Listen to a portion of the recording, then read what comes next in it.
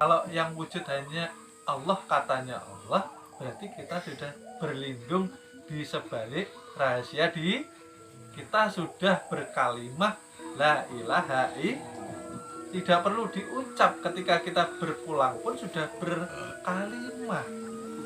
Artinya semasa hidup sudah ada jaminan insya Allah husnul khotimah. Karena yang berlafaz inilah mereka yang sudah mengenal Tuhan, yang sudah menyaksikan Tuhan di dalam kehadiran ibadahnya. Jadi itu aja, iya itu aja. Tapi itu puncaknya. Dan itu yang menjadi amalan datuk-datuk kita, para wali-waliullah yang tersembunyi. Oleh sebab itu mereka banyak berdiam, Bapak Ibu. Tapi diamnya ibadah, diamnya tidak bisa tercatat oleh para malaikat. Karena yang mampu dicatat malaikat ialah ibadah syariat. Kalau ibadah ruhani, hanya kita dengan Allah yang tahu. Oleh sebab itu terhindar daripada rasa ujub, rasa riya, rasa sombong. Berdiam jangan tidak ngapa-ngapain. Berdiam ibadah. Berdiam melihat ke kanan, ke kiri, ke atas, ke bawah, yang dilihat hanya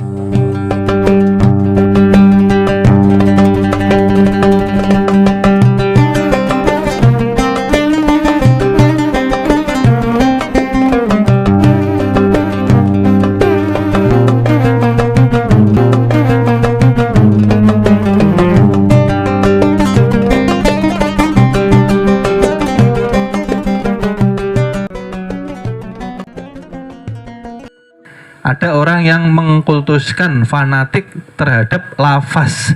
Lafaz itu apa? Tulisan. Nah, dianggap keramat tulisan itu. Padahal yang Tuhan harapkan bukan di lafaznya. Nah, aku ini yang punya lafaz yang harus kau kenali. Paham nggih? Nah, bukan tulisannya. Yang punya tulisan, yang punya nama yang harus engkau kenali. Yang tidak berhuruf, yang tidak bersuara. Nah gitu. Lalu setelah wujud Tuhan dikatakan Muhammad, artinya berarti apa? Allah dan Muhammad satu jua orangnya. Pahamkah? Ayo diulangi lagi supaya tidak bingung. Tuhan belum punya nama karena belum zohir. Oleh sebab itu tidak bisa disebut, kosong. Pengen zohir, ta'in awal-awal kejadian menjadi nur Tuhan, namanya Nurullah.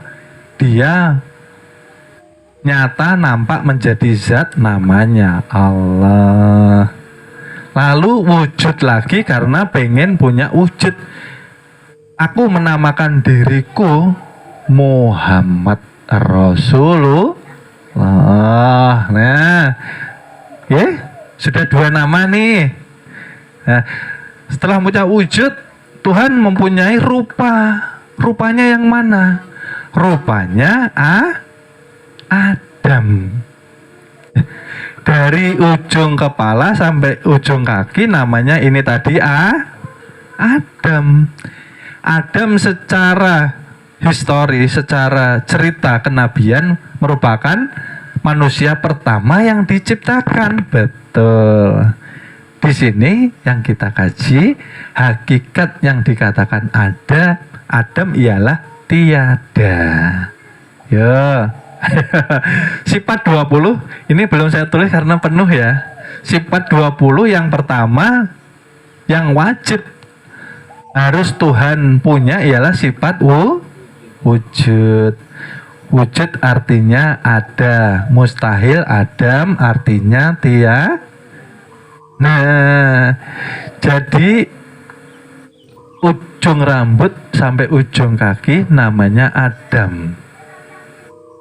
Karena yang zahir Tuhan melalui Allah dan Muhammad, Adam ini hanya rupa saja. Dia hakikatnya tidak ada.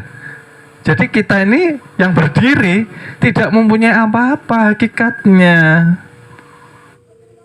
Oleh sebab itu hakikat Adam itu tiada. Dia merupakan jisim, atau dia berunsur mayat atau jenazah. Itulah kita dikatakan la haula wala quwata illa billah. Pahamkah? Oleh sebab itu kalau sudah mengenal hakikat Adam di dalam diri kita, barulah sholat kita sah. Allahu Akbar. Betul-betul yang maha besar itu Tuhan.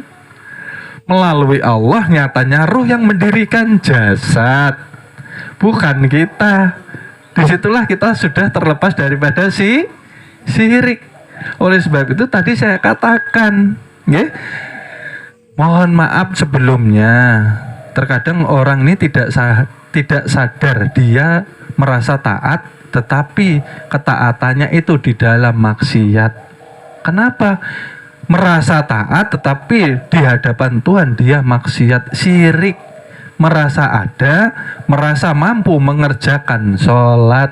Nah, yang ternyata akbar itu aku, bukan kamu. Yang mendirikan jasad itu aku. Hidup, hayat, napas. Tanpa napas tidak bisa berdiri jasad. Wong nyatanya ditutupi kapas toh, Bu. Berarti sudah tidak ada yang berkuasa atas jasad kita. Ditutup napas sudah, pulang. Paham kah? Nah, setelah Tuhan mempunyai diri namanya Allah, lalu dia menamakan Muhammad karena dia sudah wujud, lalu menamakan dirinya Adam karena dia sudah berupa, maka Tuhan juga punya sir atau rahasia, dikatakan insan kamil muka. Artinya diri kita yang kita anggap diri kita sendiri, yang dikatakan insan kamil, ternyata rahasia diri di sebalik diri. Dialah Tuhan yang nyata, terang, dan wujud. Tidak terlihatkah Tuhan? Ya Allah, nyata, bukan hanya goib. Jangan goib terus. Nyata ndak? Yang menjadi insan wujud mim hak mim dal Muhammad. Muhammad menjadi utusan Tuhan. Dikatakan utusannya Allah karena wujud. Ada di diri kita. Yang ternyata yang hidup itu aku, bukan engkau. Yang mempunyai ilmu, yang mempunyai kecerdasan itu aku, bukan engkau. Oleh sebab itu kita harus belajar menanggalkan yang namanya keakuan, mempanakan diri setelah mengenal ini tadi. Artinya apa? Ketika engkau melihat insan, maka engkau akan melihat hakikat Adam. Ini tadi dari atas ke bawah. Dari bawah kita naikkan ke atas. Ketika kita melihat insan ini, hakikatnya kita melihat Adam. Berarti insan itu tiada. Berarti yang sudah tiada, yang tertinggal siapa? Muhammad dan paham gak? Karena manusia itu sering tertipu dengan wujud. Artinya apa? Di sini saya contohkan, Artinya kita sering tertipu dengan wujud itu seperti apa? Mohon maaf. Ketika ini terbuat dari kaca itu bisa menjadi wujud gelas dan piring. Tapi yang Tuhan inginkan, harusnya kita mampu melihat kaca itu. Kebanyakan melihat, ini yang terlihat apa? Ayo jujur, gelas. Nah, kalau belum dijelaskan pasti belum mampu kita memahami bahwa hakikat gelas ini tadi kaca. Untuk melihat hakikat gelas ini seperti apa sama piring tadi? Untuk melihat, caranya bagaimana? harus difanakan, ditinggalkan wujudnya yang nyata menjadi wujud yang hakiki. Caranya kayak apa? Ambil piring, ambil gelas, lalu dihancurkan, dilembutkan. Yang terlihat apa? Baru terlihat.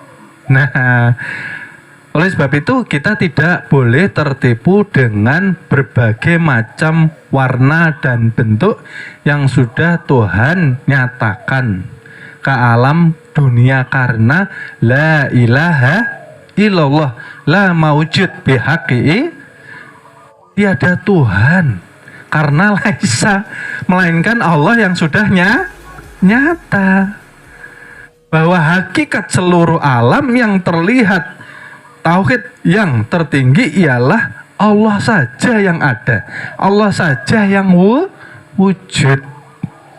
Nah, itu yang diharapkan itikadnya menancap ke dalam hati sanubari kita. Paham gak tadi?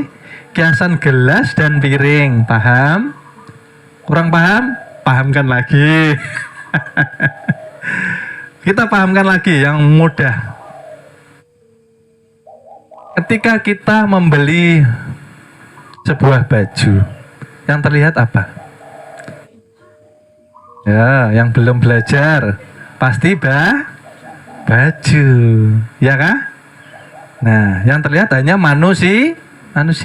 Cara memfanakan seperti apa? Ya, kalau gelas dan kaca tadi dihancurkan, ketika sudah lembut baru diangkat, terlihat kah?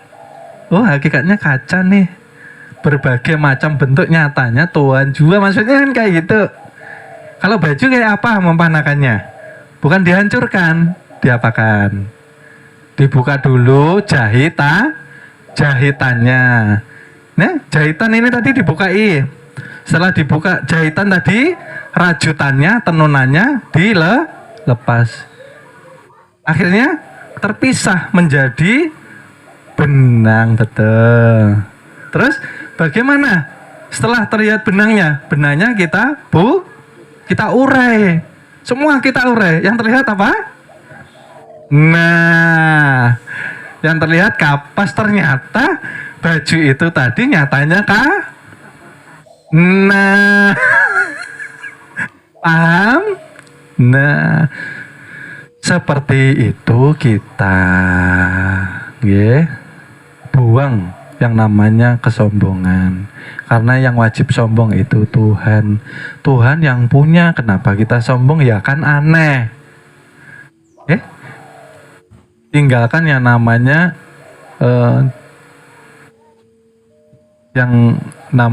kesombongan diri melalui titel, melalui pekerjaan, melalui kekayaan, melalui keturunan, nasab, karena itu tidak boleh. Kalau kita tidak mampu meninggalkan semua yang atribut dunia yang ternyata bukan sifat kita, berat kita menuju kepada Tuhan. Direndahkan orang marah, digibah orang sakit hati. Justru ketika kita direndahkan, justru ketika kita digibah orang, maksudnya Tuhan mempunyai tujuan supaya kita ingat diri. Kita ini kan mayat toh. Direndahkan kok nggak mau? Ya kita memang rendah, nggak punya derajat. Yang membuat manusia tinggi derajatnya ya karena ada hidup. Wong nyatanya mayat itu nginep semalam aja ribut kok mau ditanam. Iya kah? Jadi mayat itulah kita itu sudah buru-buru saja mau menanam. Tapi kalau kita masih diberi daya hidup Tuhan, maka kita dimulia. Mohon maaf, akan kami lanjut ke episode berikutnya. Terima kasih.